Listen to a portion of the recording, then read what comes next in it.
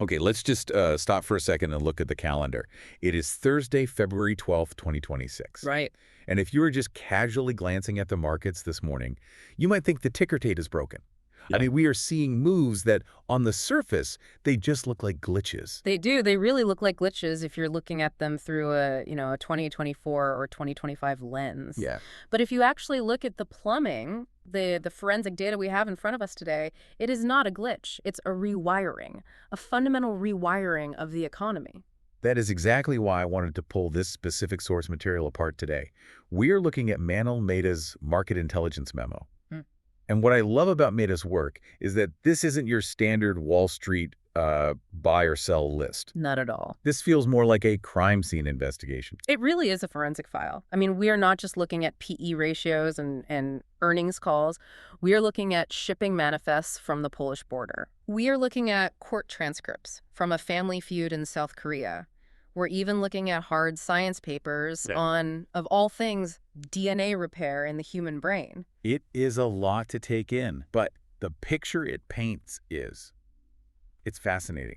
It feels like we're standing on two tectonic plates that are just moving in opposite directions. That's a great way to put it. On one side, you have this, what we used to call the knowledge economy, the middleman economy, and it feels like it's crumbling into the ocean. And on the other side, you have this massive, almost violent surge in physical infrastructure and what the memo calls deep science. That is the core tension of this deep dive, isn't it? The disintermediation wave caused by AI is finally hitting the beach, and it is wiping out entire industries that really thought they were safe. They thought they were immune. And at the exact same time, we have this energy emergency because that very same AI needs physical power. And then you have this new era of hard science that is, I mean, it's literally rewriting biology. Right. So here is our roadmap for today. We're going to start with the bloodbath in commercial real estate, which, spoiler alert for everyone listening, is not about interest rates. No, it's much deeper than that. Then we are going to pivot to the energy crisis and the nuclear solution that is happening way faster than anyone thinks. We'll look at the so-called friend-shoring lie, and then my favorite part, the second-order oracle, where we connect these really weird news events to specific stock picks. And we absolutely cannot skip the science section at the end, because if the data on this neuronal DNA repair holds up, we are talking about a fundamental shift in how we approach aging itself. It's a stacked deck. So let's start with the headline event, the thing that has everyone in New York sweating this week: commercial real estate services. We are talking about the big boys: CBRE, Jones Lang LaSalle, JLL Cushman, and Wakefield. The boring old stable giants. Or so we thought. Yeah, usually boring. But CBRE shares, I mean, they plummeted nearly 14% on Thursday. JLL and Cushman are also routing. Now, the standard narrative you hear on CNBC is, oh, office vacancies are high, interest rates are sticky. Which is the lazy analysis. It's the easy answer. Right. Look, if this were just about interest rates or vacancies, these stocks would have corrected months ago. This sudden, violent drop is pricing in a completely new and, frankly, existential threat. The memo calls it the AI disintermediation wave. Correct. And the thesis is simple, but it is devastating. AI agents are coming for the high-margin, low-value-add middlemen. And commercial real estate brokers are the ultimate middlemen. Okay, let me play devil's advocate for a minute here, because real estate is a handshake business, right? It's taking the client to lunch, it's relationships, it's knowing which building owner is desperate to sell before it ever hits the market. You really think a piece of software replaces that? I think that's the story the industry tells itself. But let's break down what a broker actually does for, say, 90% of their billable hours. Let's say you're a corporation and you're looking for 50,000 square feet of office space in Chicago. Okay. You hire a team at JLL. What do they actually do? They pull data from CoStar. They format it into a massive spreadsheet. They run a request for proposal, an RFP, and they send it out to 20 different landlords. That's a lot of paperwork. It's a mountain of paperwork. And then they compare the rent abatements, the tenant improvement allowances, all these different variables. It's data processing. It is manual, extremely expensive data processing wrapped in a nice suit. The memo points out that these new AI agents, and we're talking about autonomous software that can execute complex goals, can now run that entire RFP process from start to finish. The whole thing. The whole thing.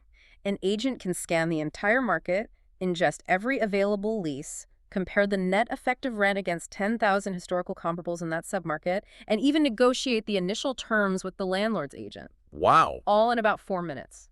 So the value add of just having access to the information, which used to be their whole moat. It's zero. It's gone. The information is a commodity now. Exactly. And the market is finally realizing that if you don't need a team of 6 junior analysts in a bullpen crunching numbers for 2 weeks, you don't need to pay CBRE a 3% commission on a 10-year lease.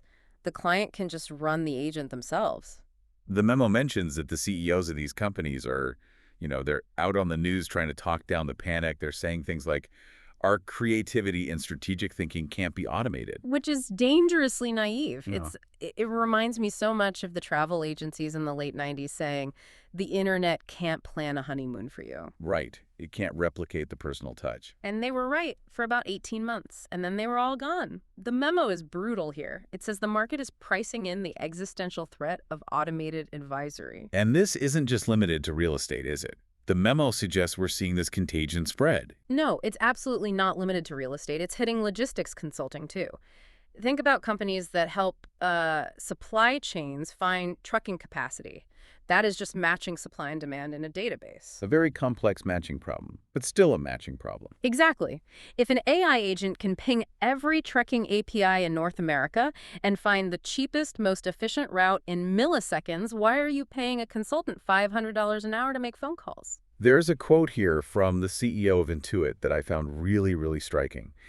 He admitted that the entire software as a service, the SaaS model, is being questioned. That is a massive admission. I mean, think about it. Intuit is a bellwether for the whole industry. If the CEO of the company that makes QuickBooks and TurboTax is saying, hey, if our product is just giving you access to a database and a user interface, we're in trouble, that signals a fundamental shift in the entire tech landscape. So the old model was human uses software to do work. Right. And the new model is AI does work. The software is just a pipe. It's in the background. So how do we trade this? I mean, if the middleman is dead, who do you short?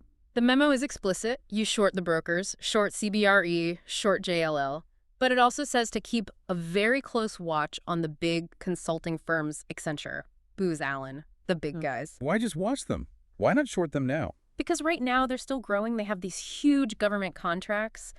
But the key metric to watch, according to the memo, is their margins. If you see their margins start to compress. Meaning they can't charge those premium hourly rates anymore? Precisely. The moment they can't charge $800 an hour because their clients realize an AI can do the same analysis for $8, that is your signal. That is the entry point for the short. It's a pretty grim outlook for the email job class. But let's flip a coin. If AI is the destroyer of the middleman, it is the creator of something else entirely. Immense demand for energy. Which brings us to thesis number 3 in the memo, which we are tackling second because it connects so perfectly, the energy emergency. Yeah, this connection is critical. We've been hearing AI needs power for a while now. It's almost become a cliche. But this week, we got a very stark, very real-world example of just how desperate the situation is becoming. We did. We had that severe cold snap across the central U.S. Yeah. Grid operators were on high alert. And usually when the grid gets that stressed, discretionary power users are the first to turn off. We're talking about crypto miners. Exactly. Crypto miners are, by their very nature, price sensitive. If electricity prices spike from, say, $30 a megawatt hour to $500 a megawatt hour, What's that down? instantly, they shut down their rigs because it suddenly costs more to mine the Bitcoin than the Bitcoin is actually worth. For years, they've been the grid's shock absorbers. But the AI data centers. They didn't even blink. They kept running at full capacity, drawing massive amounts of power. And that is the terrifying realization for grid operators across the country. AI compute is now mission-critical baseload. It's not optional. It's not optional. You cannot turn off the brain of a Fortune 500 company or a national defense system or a hospital's diagnostic tool just because it's cold outside. So we have this new, massive, and completely unyielding source of demand. And the grid is creaking. The obvious answer is, okay, build more nuclear plants. But we all know the problem with nuclear. Time. It takes a decade, maybe more, to permit and build a new reactor. We don't have 10 years. We have maybe 24 months before the new data centers coming online completely outpace the grid's capacity to serve them. This is where the memo introduces a company I had never even heard of before, Alva Energy. This is the specific alpha in the report. This is the actionable intelligence. Alva just raised $33 million, and crucially, they are backed by Pat Gelsinger, the former CEO of Intel. Which gives them serious engineering credibility. Immense credibility. Their solution is called uprating. Okay, uprating. I need you to break this down for me. The memo uses a car analogy, but I want to get into the weeds. What is physically happening at the plant? Okay, so think of a nuclear plant. You have the reactor core, they call it the nuclear island, where the fission happens. That generates a tremendous amount of heat. We measure that in megawatts thermal. Right, thermal energy. Then you have the other side of the plant with the steam turbines that take that heat, create steam, and spin a generator to make electricity. We measure that in megawatts electric. Okay, thermal versus electric. Got it. Here is the incredible inefficiency of almost every nuclear plant in America. The reactor cores produce way more heat, way more thermal energy than the turbines can actually handle. So the engine is too big for the transmission. That's the perfect analogy. The engine is a V12, but the transmission is from a four-cylinder. So what do the operators do? They literally have to dial back the nuclear reaction or just vent the excess steam into the atmosphere. They're just throwing away clean energy. They're throwing away gigawatts of power. It's wasted energy. The potential is sitting right there. We just can't harvest it. Until Alva. Until Alva. Alva's tech, their innovation, is that they can build and install a second steam turbine generator loop right next to the existing plant while it is still operating. So they're not touching the nuclear island at all. Not at all. They build all the new infrastructure on the side, and then during a standard refueling outage, which happens every 18 months anyway, they hook it up. They're not building a new reactor. They are just bolting on a new, bigger transmission to capture the wasted heat from the old one. Precisely. And the economics are just absurd. I mean, to build a new nuclear plant from scratch costs roughly $30 billion and takes a decade, if you're lucky. Right. Alva can add 200 to 300 megawatts, which is a decent-sized power plant on its own, to an existing facility for about $1 billion. And they can do it in less than 5 years. Wait. So that's a 30x cost advantage? A 30x cost advantage and a 2x speed advantage. Right. In the world of heavy infrastructure, that is a miracle. It changes the entire equation. Plus, you have the political tailwind. The memo notes President Trump's stated goal to quadruple nuclear power by 2050. Right. So the regulatory environment, the permitting process, it's going to be as friendly as it has ever been for a project like this. It's not a new plant. It's an efficiency upgrade. It's an easy sell. So how do we play this? Alva's private, so we can't buy them yet. No, not yet. So you play the ecosystem. You want the fuel and you want the fleet. The memo likes Cameco, that's CCJ, for the uranium fuel. The raw material. The raw material. But the real direct play here is Constellation Energy, ticker CEG. They own the largest nuclear fleet in the United States.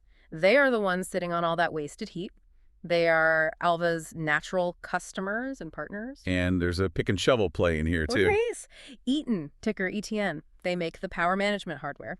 The big stuff. Transformers, switchgear, grid-scale breakers. All the stuff you need to actually move the new electricity. Exactly. Even if Alva works perfectly, you still need to get that electricity from the plant to the new data center. Eaton is the toll booth on that road. It's just fascinating to see the market pivot from, digital code and software to concrete and turbines. It feels like there's a collective realization that you can't code your way out of physics. That is the theme of 2026. The return of the physical world, which leads us directly to the next macro thesis in the memo, trade. The friendshoring lie. I feel like for the last 3 years, every politician on every continent has been talking about friendshoring. We'll only trade with our allies. We'll trade with the nice countries. It's a very comforting narrative, isn't it? We won't buy from our adversaries, we'll just buy from our friends. But the memo argues this is total nonsense. A facade. So what's the reality? The reality isn't friendshoring, it is onshoring. Or, to be even more accurate, it's compelled localization. Meaning, I don't care if you're my friend or not. If you don't build the factory in my backyard, you can't sell your product here. That's it, exactly. The era of frictionless global trade is dead and buried. The U.S. started it with the Inflation Reduction Act, which, paid companies billions to build factories here. And now Europe is panicking. They're in a full-blown panic. They're debating strict made-in-Europe rules because they see their entire industrial base getting hollowed out by the U.S. and China. And this is where the detective work in the memo really shines. It zooms in on a specific Chinese company called Sungrow. Right. Sungrow is a massive player in green tech. They make solar inverters, grid-scale batteries. They are a Chinese national champion. Technically, they should be in the crosshairs of this new trade war. They just announced a huge, a $275 million factory in Poland. Exactly. On the surface, that's just a press release. But Mehta's team, they actually dug into the shipping manifests. They tracked the container ships, and they found a massive spike in heavy industrial machinery, German-made factory robots, assembly lines being exported from Hamburg to a new legal entity called Sungrow, Poland. So they aren't just talking about it. The machines are already moving. They're on the ground. The factory is being built as we speak. They are building inside the fortress before the drawbridge goes up. They know that if they want to sell to the European Union in 2027, they have to be European. It's a Trojan horse strategy, but it's the only one that works anymore. So for an investor, what does this mean? Does it mean we avoid all Chinese companies? It's more nuanced than that. The memo suggests you have to understand that nationality matters a lot less than location now. But the safer trade, the more direct trade, according to the memo, is to just buy the industrial champions that are already inside the walls. The companies that the governments are actively trying to protect. Yes, the incumbents. The memo specifically names Siemens, ticker SIE in Germany, and Schneider Electric, SU in Paris. These are the European giants. And the logic is? The logic is, if the EU passes a rule that says all new wind farms must use 60% European-made content, Siemens and Schneider basically have a government-guaranteed monopoly. They don't have to compete on price with a Chinese company anymore. They just have to exist within the borders. It's cynical, but it's effective. Government policy is creating the new moats. And smart investors swim in those moats. All right, let's move to the section of the memo that I find the most intellectually stimulating, the second-order oracle. This is the fun part. This is where we take these weird, disparate news items that seem totally unconnected and draw a straight line to a stock ticker. Let's start with Event A, working moms and inflation. So the data shows that mothers of young children are staying in the workforce at record rates. Which is interesting because it runs completely counter to the old narrative that high childcare costs force women out of the workforce. Right, so what's actually happening? What's happening is what the memo calls a two-income trap. The inflation of the last few years in housing, food, energy, insurance has become so brutal that for most families, dropping to a single income is mathematical suicide. It's not a choice anymore. It's not a choice. You have to work even if childcare is eating half your paycheck just to tread water. So you have this huge demographic that is overworked, incredibly stressed, and financially squeezed. And time poor. They are completely out of time. They physically do not have the time or the energy to cook dinner after a 10-hour shift and a commute. So where does that demand go? The memo says, buy McDonald's, ticker MCD. And specifically, it's the value menu. McDonald's just reported a 6.8% jump in same-store sales, and their CEO said it was driven almost entirely by their $5 meal deal. Now, I feel like there's a counter-argument here. What about the health trend? Aren't people getting healthier? What about the GLP-1 drugs, Ozempic? I think for the upper middle class, yes. But for the median household that's trying to feed 2 kids on a Tuesday night, calories per dollar is the only metric that matters. It's a trade-down effect. It's the classic trade-down effect. When people feel poor, they don't stop eating out. They just stop eating at Chili's and go to the McDonald's drive-thru instead. Okay, that makes a grim kind of sense. Let's look at Event B airline chaos. The Trump administration has been, let's just say, active with aviation policy. We've seen flight bans, abrupt policy shifts. It's chaotic. And chaos is poison for complex systems. And American Airlines, AAL, is the poster child for complexity. They run a massive hub-and-spoke model. Every flight routes through Dallas or Charlotte or Miami. So if a storm or a new policy ban hits the Dallas hub, the entire system has a stroke. The whole network cascades into failure. The crews get stranded, the planes are in the wrong cities, and you get thousands of cancellations. We've seen this happen over and over. Their own unions just voted no confidence in the CEO for this exact reason. But if American is the fragile play, what's the anti-fragile play? What's the resilient one? Alaska Airlines. ALK. Why them specifically? Because they run a point-to-point network. They fly Seattle to San Diego. They fly Portland to Phoenix. If the Seattle airport shuts down because of fog, the Portland flight is completely unaffected. They're compartmentalized. They're compartmentalized, the system is resilient, and the thesis here is that corporate travel managers are sick and tired of their employees getting stranded for 2 days in Dallas. They are moving their corporate accounts to the carrier that actually shows up on time. So reliability is the new premium product. In a chaotic world, boring, predictable reliability is alpha. Okay, Event C, demographic collapse. We know fertility rates are crashing globally. I mean, everyone from Elon Musk to the Pope is worried about it. It is the slow-motion train wreck of the century. But the investment implication is not in the distant future, it is immediate. A permanent labor shortage. So we buy robots. We buy the company that builds the robots for the factories. Rockwell Automation, ticker ROK. And I want to be really clear about the logic here. This isn't about companies buying robots to be futuristic or to look cool. This is survival. It is pure survival. If you run a factory in Ohio and you physically cannot find 50 humans to staff the second shift, you have two choices. You either close the factory or you buy a robot. It's not a choice anymore. It's forced adoptions. Exactly. Rockwell isn't selling a luxury good. They're selling a life raft for American manufacturing. Last one in this section. If entity Red Lobsters fall. A moment of silence for the Cheddar Bay biscuits. The endless shrimp finally ran out. A tragedy for biscuit lovers everywhere, but a really fascinating case study in commercial real estate. Red Lobster failed partly because of private equity debt, sure, but also because they were stuck in hundreds of terrible, overpriced leases. So they're rejecting those leases in bankruptcy. They are walking away from hundreds of prime locations. Which sounds like a terrible thing for landlords, but the memo says the trade is to buy a landlord. Realty Income, ticker O. The monthly dividend company. Why on earth do they benefit from one of their tenants dying? Because Realty Income is a vulture, and I mean that in the best possible way. They have a fortress balance sheet.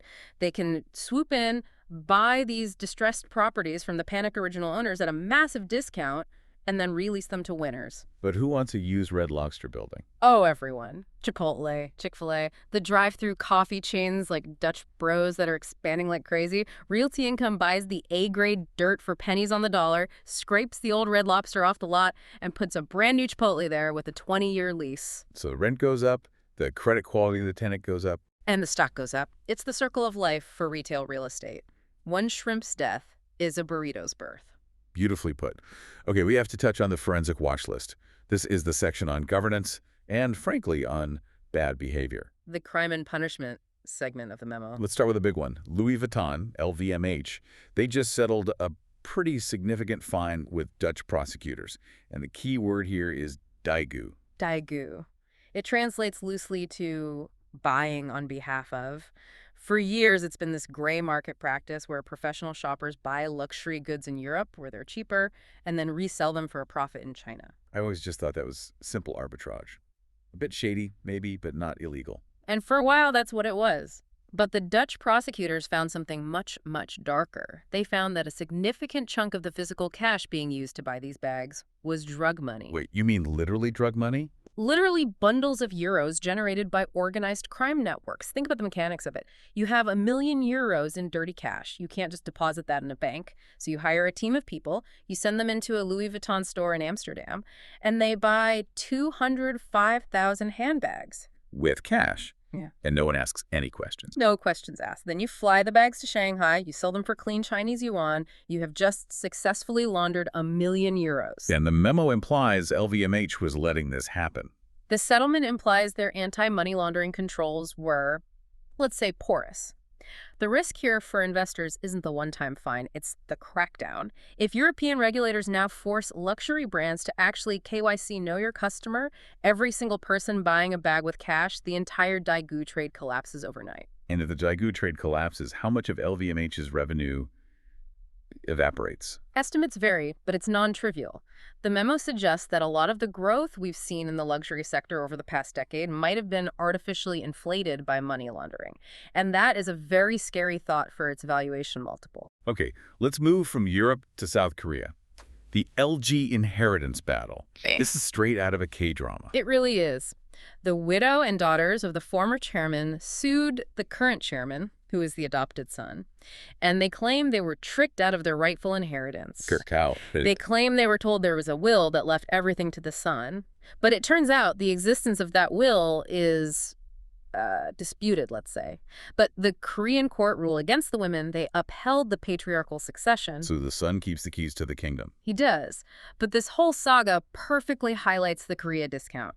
You ever wonder why Samsung and LG trade at such low valuations compared to Apple or Sony? This is why. This is exactly why. Because these massive companies are still run as family fiefdoms, not as modern public corporations. If you are a minority shareholder from New York or London, You are a second-class citizen. Or third class in this case. Or third class.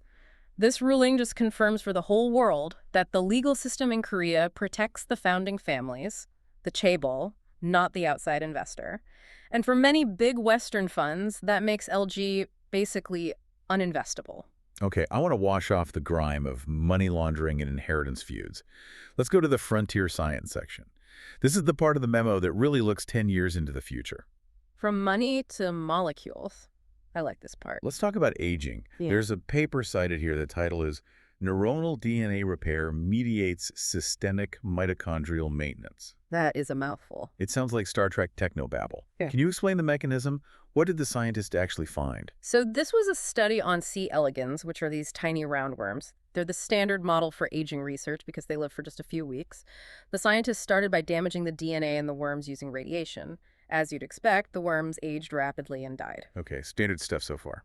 But then, and this is the incredible part, they used a genetic tool to repair the DNA only in the worm's neurons, just the brain cells.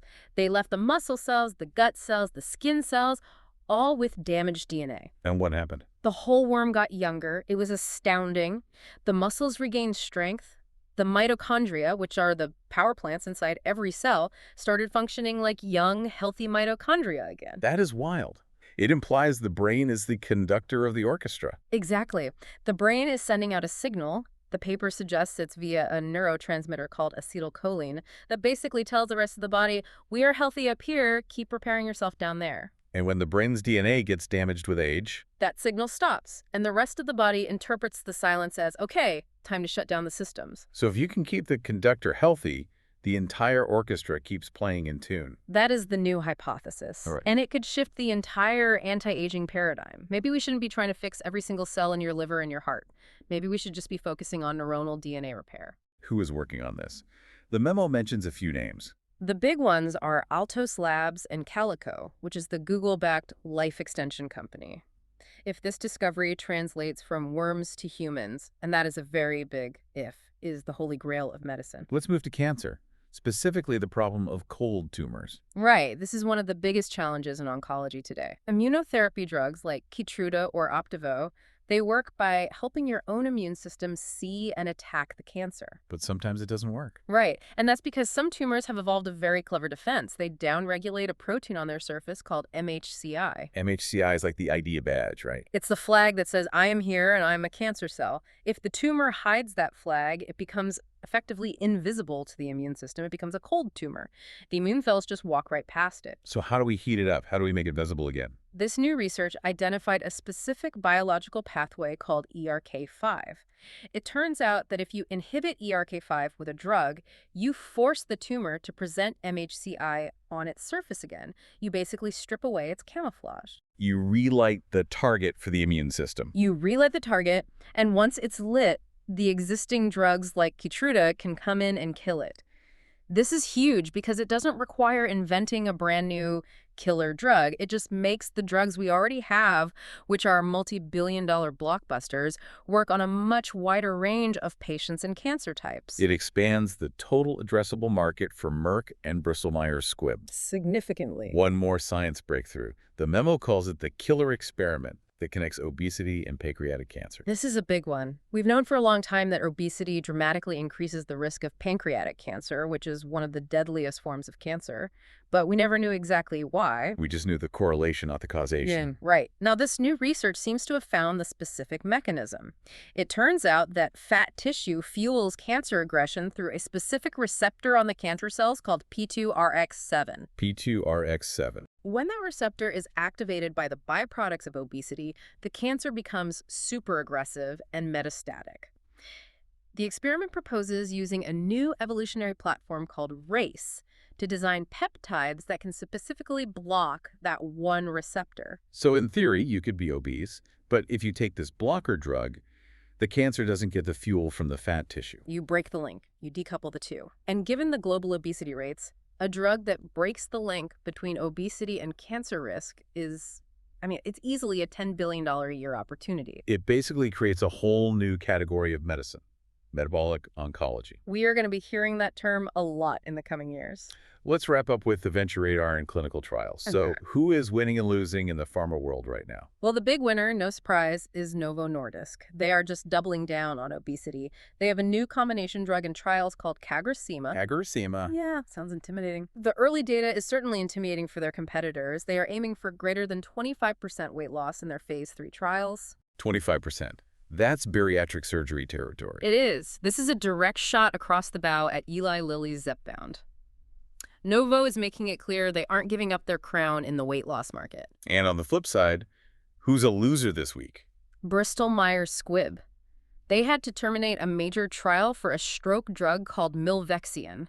That is a very painful pipeline failure. It leaves a big hole in their future revenue projections. And quickly, let's talk about chips. There's a private company mentioned here, Rain Neuromorphics. Yeah, this is a really interesting one. They're a startup, but they just got a big DARPA grant. They are working on something called analog in-memory compute. Okay, I'm going to need the analog explanation. We live in a digital world. Why would we go back to analog? It's a great question. So digital chips, like the ones from NVIDIA, they speak in zeros and ones. They're incredibly precise, but they are very energy hungry. Every time you move data from the memory to the processor to do a calculation, it burns a lot of power. Analog chips work with continuous signals like voltage waves. It's actually much closer to how the human brain works. The brain is analog. Effectively, yes. RAIN is building chips that try to mimic the physics of the brain. And because they do the computing right where the data is stored, they are potentially thousands of times more energy efficient for AI inference tasks. So if NVIDIA is the digital king, RAIN is the analog rebel. And the Pentagon, through DARPA, is betting on the rebel. It's a long shot, but if it works, it could challenge NVIDIA's dominance. Finally, Anthropic. They raised an insane amount of money, $30 billion. But the memo says the real story isn't the money. It's a pivot. Right. Anthropic is quietly moving away from just chatbots and toward building agents. Their main tool now, Claude Code, isn't just chatting with you. It is writing software code, it is executing commands, and it's interacting with other software programs on your behalf. Which brings us full circle to the very beginning of our conversation. The agent that replaces the commercial real estate broker. It all connects. The agent needs the new analog chip to run efficiently. It needs the new upgraded nuclear power to run it all. And it kills the old service economy to boost productivity. So let's try to bring this all in for a landing. What is the grand synthesis here? What's the big picture? I think the synthesis is that the invisible is becoming the dominant economic force. You have invisible AI agents doing the work of visible humans. You have invisible friendshoring trade barriers that are reshaping visible physical trade routes.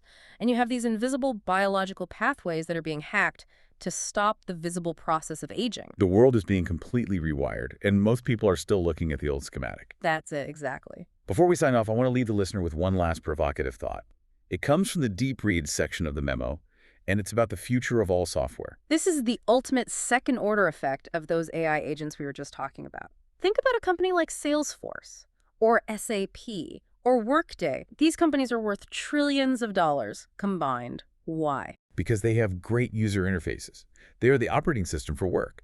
Salespeople live inside Salesforce all day. Right. Humans log into them, they click the buttons, they enter the data. But what if an AI agent is doing all the work for you? The AI doesn't need a user interface. It doesn't need a pretty dashboard with charts. It just needs an API key. It just needs access to the database. If I tell my Anthropic agent, update the Q3 sales forecast for all enterprise accounts in the Midwest, it might push that data to Salesforce in the background, but I, the human, never see Salesforce. I never log in. So Salesforce becomes just plumbing. It becomes a back-end database, a Yep. dumb pipe. And dumb pipes do not trade at 10 times revenue multiples. That is the question we want you to chew on. If the human isn't the user anymore, does the brand of the software even matter? Or does all of that value, all those trillions of dollars, accrue to the AI that controls the workflow? It is a terrifying thought for most of Silicon Valley. But potentially a very profitable one for the listener who figures it out first. Absolutely. That's it for this deep dive. Keep looking for those invisible connections. The world is telling you secrets if you just know how to listen. See you in the next deep dive.